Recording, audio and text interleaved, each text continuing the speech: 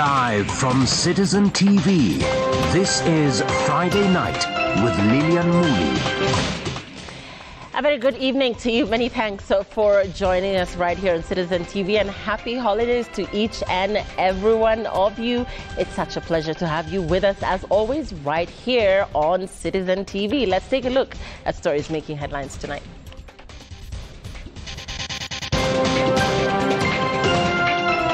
Jumatatu ijayo, kama mbaya, tumeamua kwamba tutarudi kwenye barabara kwa sababu lugha ambayo mnaelewa ni lugha ya barabara. Protests in Embu as human rights activists and youth begin fighting back against abduction of online government critics. Mimi naomba watoto wangu warudi. Hawa ni tegemeo langu. Warudi kabisa, wanifungulie kabisa. Release my sons. Mother of abducted online activist Kibet Bowles pleads for the release of her 2 abducted sons. Nimemwambia rafiki yangu huyu Ruto, ile mambo ya vijana kushika hovyo na kupigwa pingo na kuwekwa mahali na kuteswa ikome kabisa. Kila mzazi achunge watoto wake. Tuweke kushughulikia watoto wetu. Sisi kama serikali tutafanya sehemu yetu. Na yale yamesemekana mambo ya abduction tutakomesha. It's going to stop. President Ruto finally speaks out on the ongoing spate of abductions. I'm not a beneficiary of the NC process. This has been useless allegations made in the media. The Gen Z protests, joining President Ruto, the Adani controversy, and yes, even the spate of ongoing abductions. Raila Odinga speaks to Citizen TV.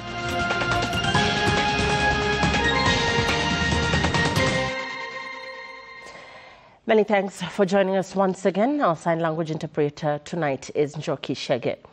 Tension is high in Embu town after residents blocked roads in the area protesting the abduction of Billy Mwangi at a barber shop last Saturday.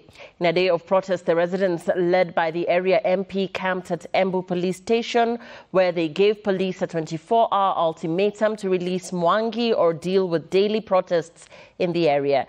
Activists in Nairobi who have condemned the recent abductions have announced 30th December as the day for the mother of all demonstrations against abductions in the country.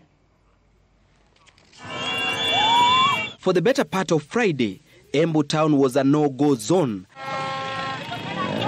Angry residents came out in large numbers to protest the abduction of one of their own, Billy Mwangi. They lit bonfires along the roads to express their displeasure with the recent cases of abductions witnessed in the country. Business operators were forced to close their business fearing looting. The crowd, led by Manyata MP Gitonga Mukunji, later marched to Embu police station to seek answers from the area officers who have been investigating the kidnapping for a week now. Tunataka kujua mmefikisha wapi ripoti ya Billy Mwangi. Hatuna maneno mengi. Tunataka ripoti kamili ya mahali Billy Mwangi yuko, alichukuliwa na nani na hako wapi. Wale watu wamemchukua hatuwajui na ile serikali inafanya ni jitihada ya kutafuta hii watu inazikuwa ni watu. Residents have given police a 24-hour ultimatum to produce Mwangi, failure to which they will hold protests until one of their own and other Kenyans are reunited with their families. The abductions have also caught the eye of human rights organizations who are calling for countrywide demonstrations next week to demand the abductees' release. Activists who have put the number of those abducted in 2024 at over 90 people want an end to cases of abductions. We join all patriotic Kenyans in calling for nationwide protests on Monday, the 30th of December 2024, to demand for justice and accountability. The streets are indeed calling. Who is abducting Kenyans? If it is not the police, if it is not NIS, if it is not the DCI, then who is abducting Kenyans? And are we saying that the government is unable to arrest criminals who are disfranchising the rights of Kenyans? The Law Society of Kenya, which has condemned the recent abductions in the country, has urged families of those abducted to furnish them with comprehensive information regarding the incidents to enable them initiate legal proceedings. They have also promised to facilitate advocacy at both national and international forums to hold perpetrators accountable. Setea Muteti. Say their names. Setea Kavuli. Say their names. Gatete Njoroge, Citizen TV, Nairobi. Setea Mwema. Say their names. And the mother of 2 abducted brothers is pleading with the government to release her sons. Caroline Mutai, mother of cartoonist Gideon Kibet and Ronnie Kiplagat, says her family has been living in agony since the 2 were taken just before Christmas. The mother says she is staring at a missed chance for higher education for her abducted son. Brenda Wanga reports. It has been a bleak festive season for Mama Kibet and Mama Kiplagat. Just a day before celebrating Christmas, her 23-year-old son Gideon Kibet was abducted after visiting the office of the Senator Okiya Mtata here in the capital. A few days prior to Gideon's abduction, her other son, Ronnie Kiplagat, also went missing. It is a situation that has landed her in hospital. Nikaadmitiwa hospitali juu ya pressure, nikatibiwa mpaka jana.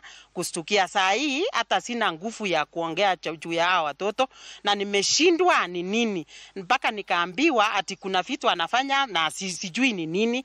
Juu mimi ni asla, nilikuwa nikingangania hao watoto wasome alafu wanisaidie. Sasa nilikuwa nilikuwa na ufia hao wakuje wanisaidie, lakini nimeshindwa. Sasa hao wako wapi? Na niko na wengine wanasoma. Niko na Wachuka na kuna mwingine wa St. Peter's. Gideon Kibet, also known as Kibet Bull on X, has been critical of the government. The cartoonist, a student at Egerton University in Nakuru, is well known for sharing silhouette images with characters of President Ruto's likeness. He has also shared images depicting other leaders from the executive and the judiciary.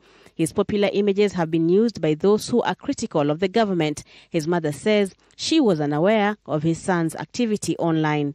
Kama msasi, huyo ni kijana mdogo kabisa, ni 23 years. Hata ajui chochote, labda kichwa yake kama anafanya mbaya, labda bado ni mdogo. Yani ni mdogo kabisa, ni 23 years. Ni kama mtoto tu ajui chochote, bado anaendeshwa, fanya hivi, bado ninalisha. Sasa kama ametekwa nyara, sasa sijui ni nini, na sijui anaandika nini, na sijui anafanya nini. Kwanza Ronnie ni mhubiri wa kanisa. Na kwa nini ametekwa nyara? Kwa nini hayuko? Ronnie kabisa. Hata yeye Gideon, hawa ni mwingine ni 23 years. Alafu huyu mwingine second born ni 22 years. Sasa hawa watoto wadogo si wangeenda kusoma kweli? Not knowing the whereabouts of her sons is undoubtedly distressing for the mother of 10, but even more troubling is the chance that the abduction of Kibet has cost her and her family. The young man was set to join a team of about 20 other young people for further studies in Israel today. Caroline says this opportunity did not come cheap or easy. Sasa Gideon saa hii kuna wenye wanangojea huko Nairobi kwa airport. Amekuwa amebook ticket aende Israel. Asome ndio Ikaton ndio alikuwa ndio alikuwa ametaka alikuwa amefanyiwa ticket kila kitu. That's why nimeomba loan huyo mtoto aende. Sasa huyu mtoto angeenda ngambo asome. Sasa nitapata wapi loan yako nitalipa na nini loan kama Gideon na yuko, kama pesa imeenda kwa ticket? Sasa nitafanya nini? Serikali munifungulie watoto kabisa. Munifungulie kabisa. Kwa loan ya 1200. Na hata saa hii hao watoto walikuwa akisomea loan. The distraught mother now wants the government to come clean about the whereabouts of her 2 sons. Mimi naomba watoto wangu warudi. Hawa ni tegemeo langu. Warudi kabisa, wanifungulie kabisa. Saa hii mkono yangu imekuwa mbaya kwa kukatakata mboka, hao wasome. Na mwingine kuna mwenye analia nyumbani, anataka kuenda shule. Kuna mwenye amekwama Chuka, hana transport kwa hawa.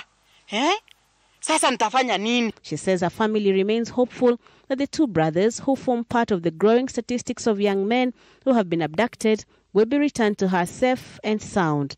It is the only thing that keeps her sane and going. Brenda Wanga, Citizen TV. The pain and agony of a mother who knows not the whereabouts of her children. We will stop the abductions, quote unquote. Those are the words of President William Ruto, who for the first time in the wake of an upsurge of abductions pledged to stop the spate of abductions targeting online critics of his administration. ODM leader Raila Odinga, who was in the president's company and who has accused the state of involvement in the abductions, called for a stop to the enforced disappearances of Kenyans. Ayub Abdikadir reports on the president's in contrast statement to those issued by the National Police Service and the Directorate of Criminal Investigations.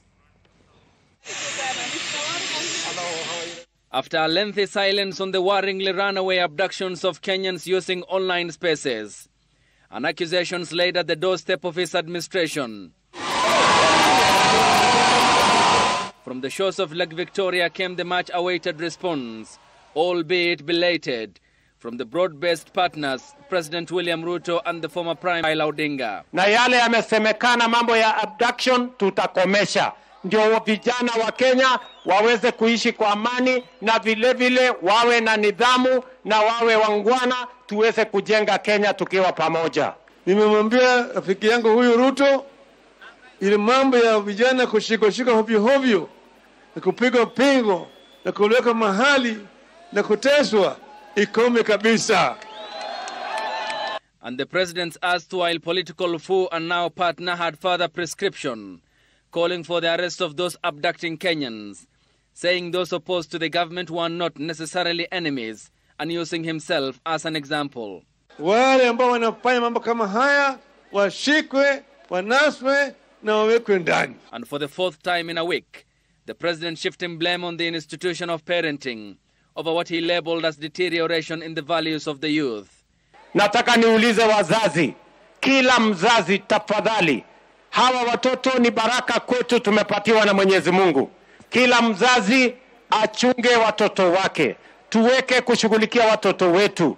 Sisi kama serikali tutafanya sehemu yetu. The head of state also spoke about the incorporation of his predecessor Uhuru Kenyatta into his broad-based political arrangement on what he termed as a national unity drive, and which to the public remains a regrouping of the country's political class. Mimi na baba na sasa Uhuru Kenyatta ameungana pamoja na sisi. Munakubali tuendelee ama tusiendelee? The pledge by the president raises many unanswered questions on whether the state was involved in the abductions or knowledgeable, and the issue of remedy for the families of abductees and the consequences this could have on the rule of law and constitutionalism in the country.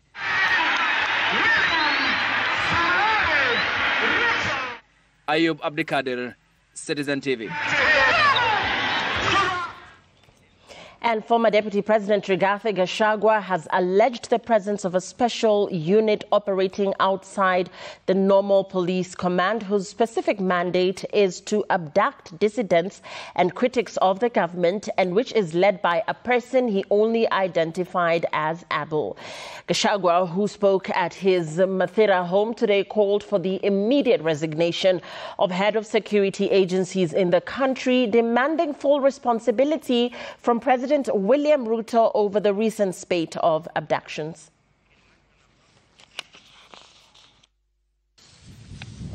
Merry Christmas, good people. After lying low for days amidst the high-octane politics in the country and a spike in abduction cases, Friday, former Deputy President Rigathi Gachagua, who spoke from his Omunyoro home, Mathira in Nyeri County, broke his silence over recent abductions believed to be conducted by the police. Gachagua, who was the second in command in the country for the past 2 years, claiming that a special unit of the police operating outside the police command structures was the one abducting Kenyans. There is a unit of police officers that are not under the command of the Inspector General of Police that are carrying out these abductions and killings. There is a building in Nairobi, the 21st floor, in the city center, where this unit is operating from. led by a certain Mr. Abel. Abel is a cousin to a very senior government official in this administration. Gachagua threatening to spill the beans if the abductions continue. And if this unit is not dismantled, we'll be giving the name of the building and the full names of that officer and his cousin in this administration. Gachagua saying his call for the resignation of the NIS Director General 6 months ago was a position he still held, and this time adding the top leadership of other security agencies in the country to the list of officials he wants out of government. I also demand the resignation of the Inspector General of Police, the Director of Criminal Investigations, and the Director General of the National Intelligence Service. They have clearly failed Kenyans. The former DP also wants his former boss to take full responsibility for the whereabouts of the abductees. President William Ruto must take full responsibility and immediately address these egregious violations. To remain silent or inactive is to suggest that these actions are being carried out with his knowledge and consent. Gachagua maintained he will chart his own path following the recent handshake between President Ruto and retired President Uhuru Kenyatta, which saw allies of the former head of state appointed to cabinet. I don't know whether Uhuru is going to Ruto. I don't have such information. I'll never follow anybody. I'll always follow the people. This comes just hours after the Kenya National Commission on Human Rights raised a red flag over the recent surge in cases of abduction, documenting 29 persons who remain missing since the abductions began in June this year. Emmanuel Toh, Citizen TV, Nairobi.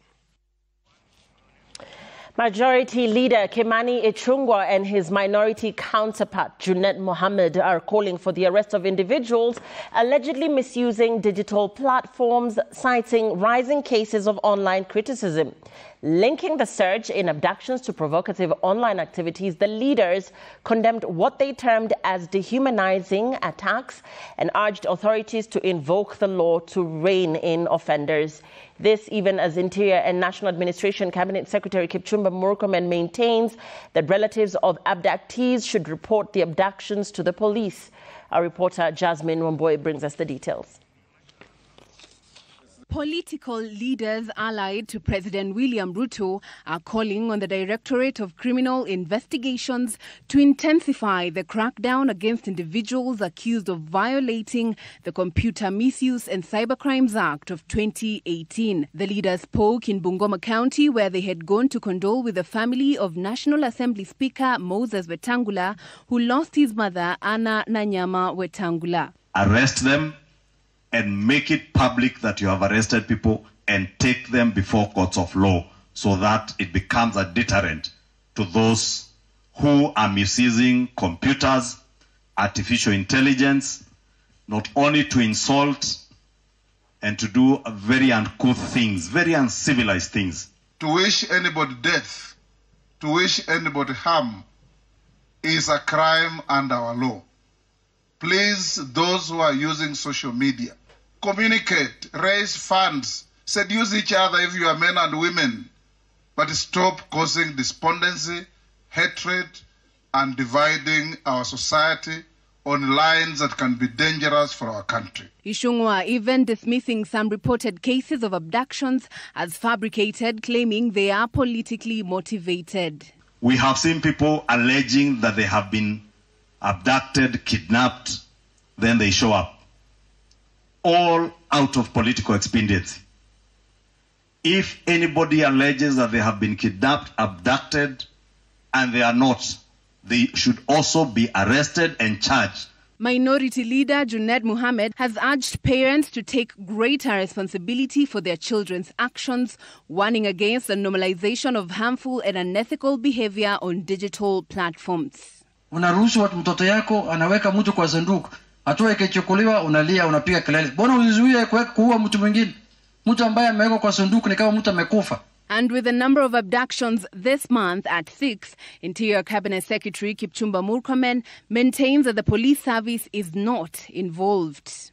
And I want to request the families, the neighbors, the friends of the people who have been, who are said to be unaccounted for, to report that information to the police, and we will support the police to make sure that they do thorough investigations to establish the whereabouts of those citizens. Jasmine Wamboi, Citizen TV.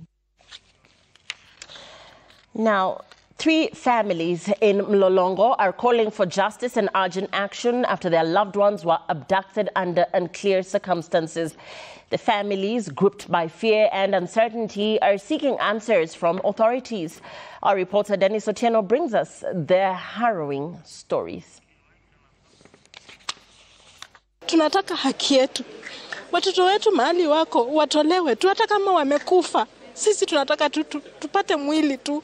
Tuone tu watoto wetu wako. The anguish of a missing loved one. Monica Mwema is devastated after her brother Alan Mwema was allegedly abducted on the 16th of this month. Alichukuliwa na watu ambao wajulikani. Watu walikuwa wamejifunga mask, wamejifunga, wameka hadi gari zao walikuwa wameficha number plate, na hivyo ndipo brothangu alipotea. Monica is baffled as to why her brother, a young entrepreneur, was targeted. Brothangu ni asla. Ni mtu tu ako na kibanda yake pale ya kuuza mabags. Hizi bags kama hizi za wamama. Kazi yake ni hiyo. Ni kijana tu mdogo, kijana wa 28 years. Na hata anjoa na bibi. She describes a frustrating ordeal trying to seek police help.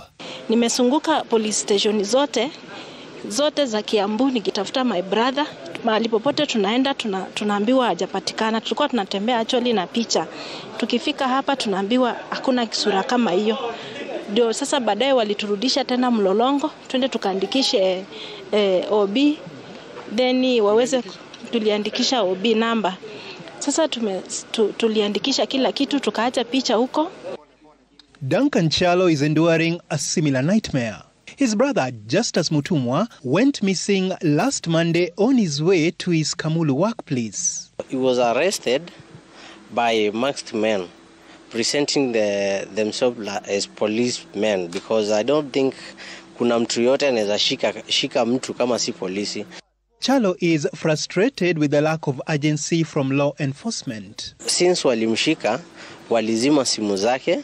Kutoka 16 mpaka wa leo simu yake haijafunguka, hajaipigia mtu yote akamwambia kwa police station fulani. Nimezunguka police station zote within Nairobi, nimeenda mpaka prisons ziko Nairobi na surroundings Kajiado, na jina yake haiko kwa prison yote. Ndeti Mwau is another worried man searching for his brother who was abducted by unknown individuals last week while at work. Sababu alikuwa kasi kwa pikipiki yake na akainjakiwa na watu mbele, akasikwa na tujua ameenda wapi. Na wenye walizika walikuwa na mangali na wamekuwa wamevaa mask. Nikawa na watu waelewekani. These cases contribute to a worrying trend of disappearances across the country, with distraught relatives calling for urgent investigations to uncover the truth and reunite them with their loved ones. Dennis Otieno, Citizen TV, Nairobi. Elsewhere, the driver of one of the matatus captured on camera driving recklessly in Makuyu, the owner of the vehicle and the conductor have been arraigned. The driver of the matatu, Peter Njoroge Wanjiko, who had been in custody at the Makuyu police station, was fined 120,000 shillings and his license suspended for a year, while the owner, Joel Mwangi, and conductor Dennis Karanja were fined 20,000 and 12,000 respectively. Police are still searching for the driver of the other matatu. Video clip recorded by a driver in the general area of Makuyu along Nyeri-Nairobi Highway captured these 2 overloaded matatus driving recklessly, endangering the lives of the passengers on board and other road users. The clip, which has since gone viral, prompted the police to launch a manhunt for the drivers of the matatus and the owners. 996. Friday morning, the day of reckoning came as the driver, owner and conductor of one of the matatus were arraigned before Magistrate Sheila Nyaga at the Koinol Law Courts, where they were charged with several counts each, with the driver Peter Njoroge Wanjiku bearing the brunt of it. He faced counts on driving an unroadworthy vehicle, careless driving, and driving without a PSV badge. The accused is sentenced as follows. For count 1, you're fined Kenya shilling 60,000, in default 1 year imprisonment, right of appeal within 14 days. Count 2, you're fined Kenya shillings 50,000, in default 6 months imprisonment, right of appeal within 14 days. Count 3, you're fined Kenya shillings 10,000, in default 3 months imprisonment, right of appeal within 14 days. The driving license for the accused person to be suspended 1 year. The owner of the matatu with registration number KCF 996R, Joel Mwangi, was charged with permitting an unroadworthy vehicle on the road and fined 20,000 Kenya shillings, while the conductor Dennis Karanja was charged with riding in a dangerous position and without a PSV badge. He was fined 10,000 and 2,000 for each count, respectively.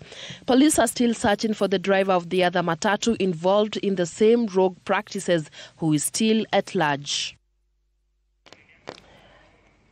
And interestingly, the roads are crazy right now, so just be careful out there, because yes, I myself have observed a number of people that are flouting traffic rules, just a lot of recklessness on our roads. You need to be safe and also be careful. Big Brother might just catch up with you. Let's take a break. We're back with more in just a bit.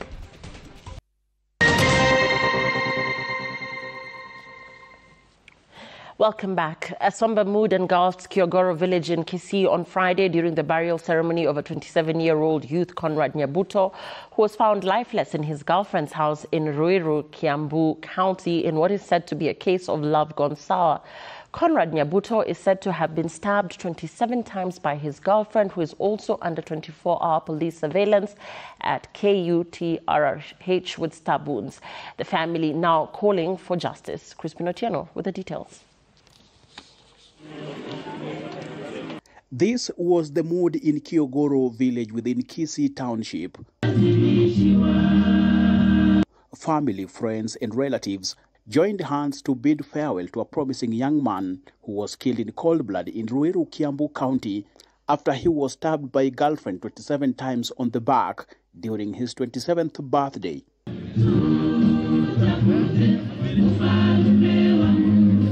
According to close friends and relatives, Conrad Nyabuto, 27, had plans to end a relationship with the young lady in her house before a commotion ensued. The deceased would later be found lying in a pool of blood by neighbors, lifeless.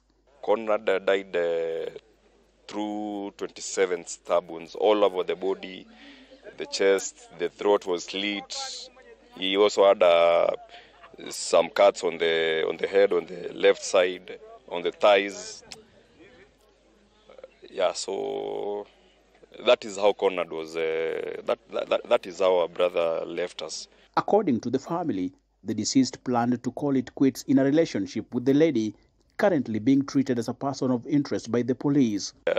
He had already told some of his friends who are ladies, you know what, I want to break up with that lady, man. Conrad said that lady is really a pain in the neck to him.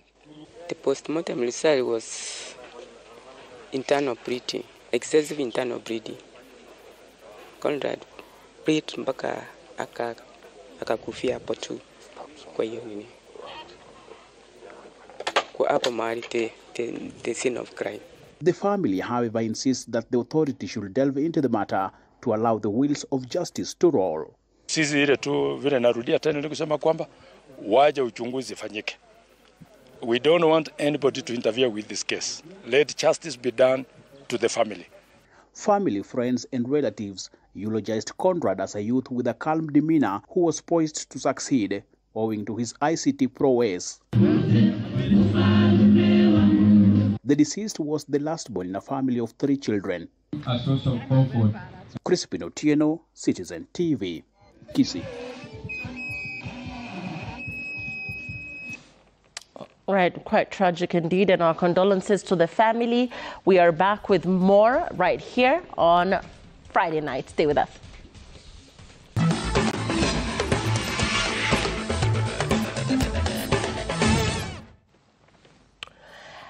Sports now, and we begin on a sad note. President William Ruto has led the country in mourning former Malkia strikers setter Janet Wanja, who passed away last night after a long battle with gallbladder cancer. Wanja was a star player for the national team, joining in 2004 and exiting in 2017. Janet Wanja Mungai was the immediate former strength and conditioning coach of the national women volleyball team Malkia Strikers. Wanja was appointed the team trainer for the Paris 2024 Olympic Games, where Malkia Strikers played against Japan, Poland and Brazil. During the Olympic Games, Wanja performed her duties diligently with no signs of illness. She was diagnosed with gallbladder cancer immediately after the Olympic Games and has been in and out of hospital. In mid-December, she was discharged from hospital for palliative care at home. In his condolence message, President William Ruto said Wanja was a gifted and disciplined star who served Kenya with dedication and honor in volleyball. First Lady Mama Rachel Ruto said Wanja will forever be celebrated and remembered with gratitude. Speaker of the National Assembly Moses Wetangula said Wanja's unmatched skills and leadership on the court helped the team dominate the volleyball scene in Africa. Sports Principal Secretary Peter Toom remembered Wanja from the Paris Olympic Games, saying Wanja was a dedicated servant of the Team Kenya, a good coach and a friend to many. In his message, the National Olympic Committee of Kenya President Paul Tergat said Janet's legacy of perseverance, hard work and mentorship will continue to inspire us all. As we mourn her untimely demise, we also celebrate the indelible mark and rich sporting legacy she has left on Kenyan sports, particularly volleyball under Malkia Strikers. Her federation, the Kenya Volleyball Federation, mourned the loss of an iconic setter who served the sport with unmatched passion. Other messages of condolences were sent by Aden Duale, Cabinet Secretary, Ministry of Environment, Climate Change and Forestry, Machakos Governor Wavinya Ndeti, Principal Secretary, Ministry of Interior and National Administration, Raymond Omolo, FKF President Hussein Mohammed, Harambee Stars captain Michael Olunga, as well as comedian Eric Omondi. According to Wanja's brother Kevin Kimani, further updates on burial plans for the late Janet Wanja will be provided in due course.